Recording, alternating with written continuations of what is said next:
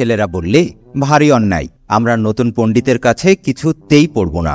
নতুন পণ্ডিত মশাই যিনি আসছেন তার নাম কালীকুমার তর্কাকার। ছুটির পরে ছেলেরা রেলগাড়িতে যে যার বাড়ি থেকে ফিরে আসছে স্কুলে। ওদের মধ্যে একজন রসিক ছেলে কালো কুমড়োর বলিদান বলে একটা ছড়া বানিয়েছে, সেইটে সকলে মিলে চিৎকার শব্দে আওড়াচ্ছে।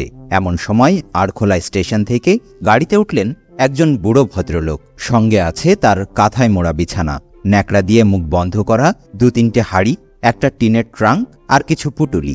একটা সন্ডা গোছের ছেলে, তাকে ডাকে সবাই বিচকুন বলে। সে চেঁচিয়ে উঠল, এখানে জায়গা হবে না বুড্ডা, যাও দুসরা গাড়িতে। বুড়ো বললেন, বড় ভিড়, কোথাও জায়গা নেই, আমি এই কোনটুকুতে থাকবো, তোমাদের কোনো অসুবিধা হবে না বলে ওদের বেঞ্চি ছেড়ে দিয়ে নিজে এক কোণে মেঝের উপর বিছানা পেতে বসলেন। ছেলেদের জিজ্ঞাসা করলেন, বাবা তোমরা কোথায় যাচ্ছ, কি করতে? বিচকুন বলে উঠল, শ্রাদ্ধ করতে। বুড়ো জিজ্ঞাসা করলেন, কার শ্রাদ্ধ? উত্তরে শুনলেন, কালো কুমড়ো টাটকা লঙ্কার। ছেলেগুলো সব সুর করে চেঁচিয়ে উঠল, কালো কুমড়ো টাটকা লঙ্কা, দেখিয়ে দেব লবডঙ্কা। আসানসোলে গাড়ি এসে থামল। বুড়ো মানুষটি নেমে গেলেন, সেখানে স্নান করে নেবেন। স্নান সেরে গাড়িতে ফিরতেই বিচকুন বললে, এ গাড়িতে থাকবেন না মশাই। কেন বলো তো? ভারী ইঁদুরের উৎপাত। ইঁদুরের? সে কি কথা, দেখুন না আপনার ওই হাড়ির মধ্যে ঢুকে কি কাণ্ড করেছিল। ভদ্রলোক দেখলেন তার যে হাড়িতে কদমা ছিল সে হাড়ি ফাঁকা, আর যেটাতে ছিল খইচুর তার একটা দানাও বাকি নেই। বিচকুন বললে, আর আপনার ন্যাকড়াতে কি একটা বাধা ছিল, সেটা শুদ্ধ নিয়ে দৌড় দিয়েছে, সেটাতে ছিল ওর বাগানের গুটি পাচেক পাকা আম। ভদ্রলোক একটু হেসে বললেন, আহা, ইঁদুরের অত্যন্ত খিদে পেয়েছে দেখছি। বিচকুন বললে, না না, ও যাত্রায় ওরকম, খিদে না পেলেও খায়। ছেলেগুলো চিৎকার করে হেসে উঠল, বললে, হ্যাঁ মশাই, আরো থাকলে আরো খেত।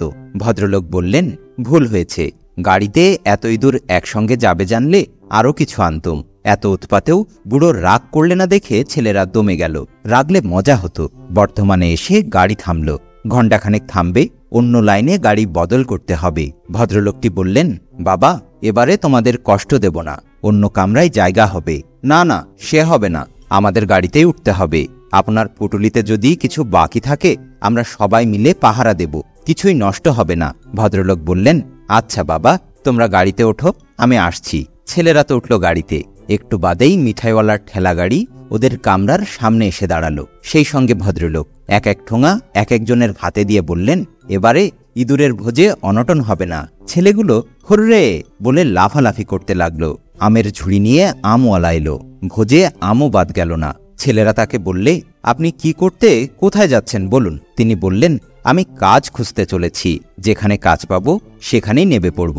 ওরা জিজ্ঞাসা করলে, কি কাজ আপনি করেন? তিনি বললেন, আমি টুলো পণ্ডিত, সংস্কৃত পড়াই। ওরা সবাই হাততালি দিয়ে উঠল, বললে, তাহলে আমাদের স্কুলে আসুন। তোমাদের কর্তারা আমাকে রাখবেন কেন? রাখতেই হবে, কালো কুমড়ো টাটকা লঙ্কাকে আমরা পাড়ায় ঢুকতেই দেব না। মুশকিলে ফেললে দেখছি। যদি সেক্রেটারি বাবু আমাকে পছন্দ না করেন? পছন্দ করতেই হবে, না করলে আমরা সবাই স্কুল ছেড়ে চলে যাব। আচ্ছা বাবা, তোমরা আমাকে তবে নিয়ে চলো। গাড়ি এসে পৌঁছল স্টেশনে। সেখানে স্বয়ং সেক্রেটারি বাবু উপস্থিত। বৃদ্ধ লোকটিকে দেখে বললেন, আসুন আসুন তর্কালঙ্কার মশাই, আপনার বাসা প্রস্তুত আছে বলে পায়ের ধুলো নিয়ে প্রণাম করলেন।